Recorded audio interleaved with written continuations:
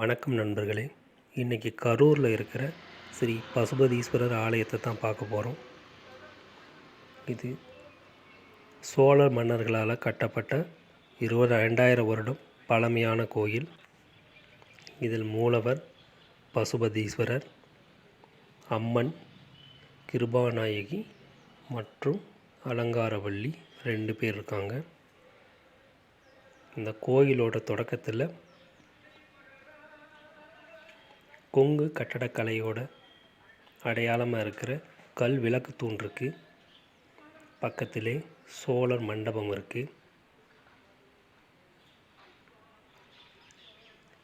இந்த கோயிலோட தல விருத்தம் வஞ்சி மரம்.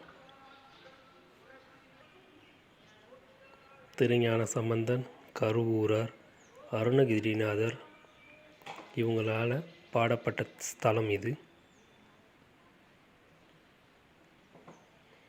திராவிட கட்டடக்கலையோடு வடிவமைக்கப்பட்டிருக்கு. ஆனால் அந்த கோயில் சிதலமடைஞ்சு பிற்கால நகரத்தார்களால் நல்ல முறையில் நிர்மாணம் செய்யப்பட்டிருக்கு. இது சோழர்கள் மண்டபம். இந்த தலத்தை புகழ் சோழ நாயனார் கட்டியதாகவும் எரிபத்த நாயனார் தொண்டு செய்ததாகவும் தல வரலாறு சொல்லுது. இதில் இருக்க மூலவர் சுயம்பு லிங்கமாக இருக்கார். மாசி மாதத்தில் 5 நாட்கள் மூலவர் மீது சூரிய ஒளிப்படும். இங்கே அலங்காரவள்ளி, சவுந்தரவள்ளி நாயகி சன்னதிகள் இருக்குது. கோயிலுக்கு வெளிப்பிரகாரத்தில் அரச மரத்தடியில் எல்லாம் வல்ல விநாயகர் அமைந்திருக்கார். விநாயகரை வணங்கிட்டு நம்ம கோயிலுக்குள்ளே போகலாம்.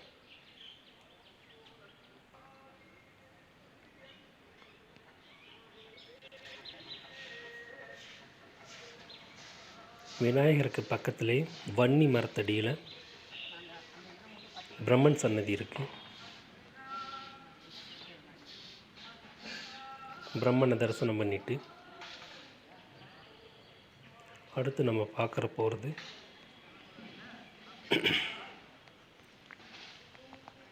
கருவூரார் சன்னதி.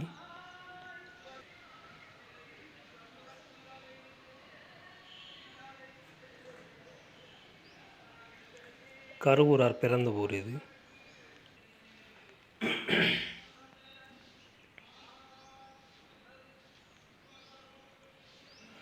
கருவூரார் சன்னதி மிகவும் அமைதியாகவும் நேர்த்தியாகவும் அழகாகவும் கட்டப்பட்டிருக்கு. கோயில் இப்போ தான் புதுப்பிச்சிருக்காங்க. ரொம்ப சிறப்பான முறையில் இருக்குது. இங்கே அமர்ந்து தியானம் பண்ணுறதுக்கும் இடம் இருக்குது.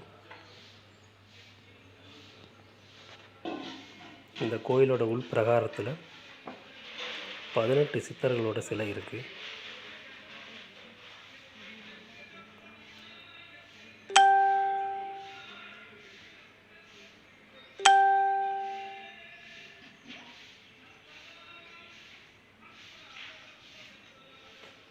தமிழ்நாட்டோட பழம்பெரும் சிவத்தலங்கள் இது ஒன்று.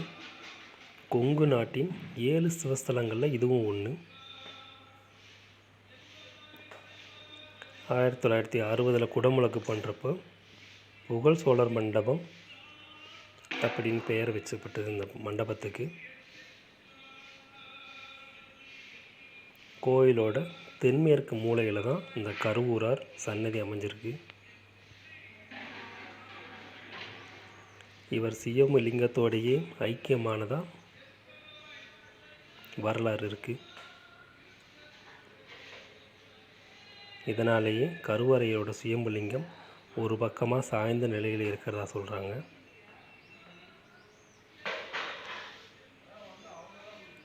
இங்கே கொஞ்ச நேரம் தியானம் பண்ணிவிட்டு நம்ம அடுத்து கோயிலை சுற்றி வரலாம். கருவூரார் சின்ன சன்னதியை சுற்றி அகஸ்தியர்,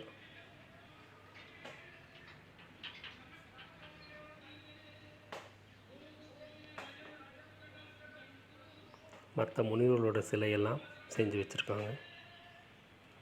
இந்த சன்னதிக்கு வர்றது மிகவும் அமைதியாகவும் மனதிற்கு இதமாகவும் இருக்குது.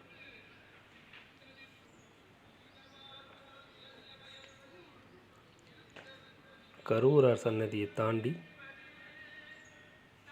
ஒரு சிறிய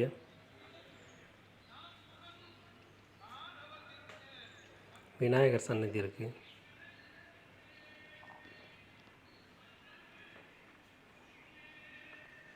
சித்தி புத்தியோட விநாயகர் அமர்ந்திருக்கிறாரு.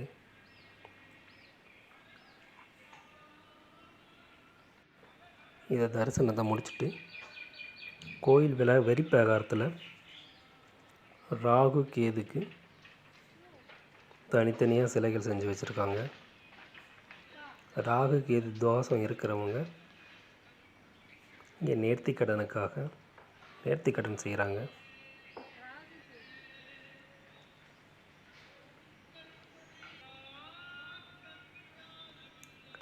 நாகங்களோட சிலையெல்லாம் நிறையா வச்சுருக்காங்க.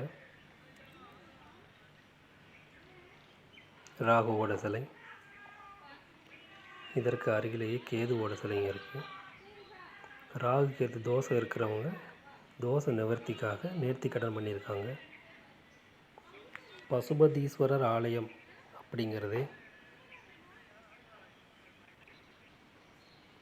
பசுவோட சம்மந்தப்பட்டதால் இங்கே ஒரு அழகான பசு மடம் இருக்குது.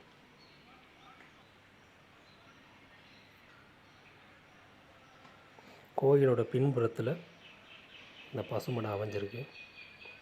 சுத்தமாகவும் நல்ல சுகாதாரமாகவும் இதை பராமரிச்சுக்கிட்டு இருக்காங்க.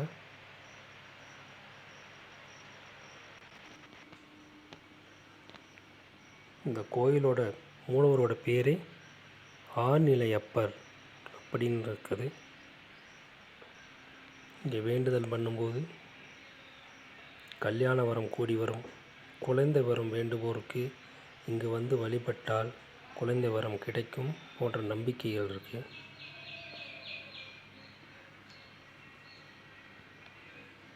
இங்கே அபிஷேகத்துக்காக தாலி, ஆபரணம் போன்றவற்றை பக்தர்கள் கொடுக்குறாங்க. பால், தயிர், இளநீர் இதெல்லாம் மூலவருக்கு அபிஷேகம் பண்ணுறாங்க. வெளிப்பிரகாரத்தில் சண்டிகேஸ்வரிக்கு தனி சன்னதி இருக்குது. ஸ்ரீ சண்டிகேஸ்வரி அம்மன். இவங்களை தரிசனம் பண்ணிவிட்டு பின்புறமாக சுற்றி வந்து ஃபஸ்ட்டு பார்க்குறப்போ அம்மன் சன்னதி,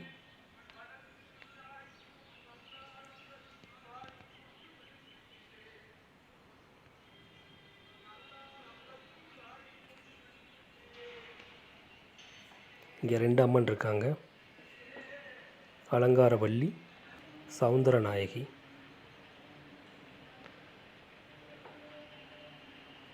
ஒருத்தவங்க உள்ளூர்காரங்களாம் அங்கே இருக்க ஐயர் சொன்னார். அதுக்கு ஒரு பெரிய வரலாற்று கதையை சொல்கிறாங்க.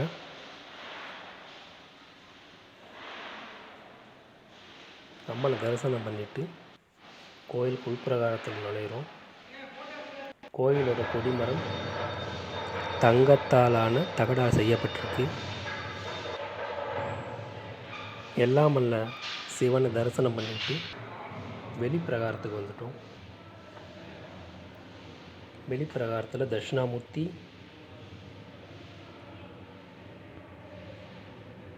சண்டிகேஸ்வரருக்கு தனித்தனி சன்னதிகள் இருக்குது.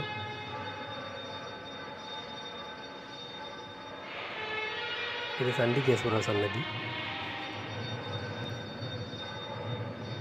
துர்க்கை அம்மன் புடைப்பு சிற்பமாக இருக்காங்க.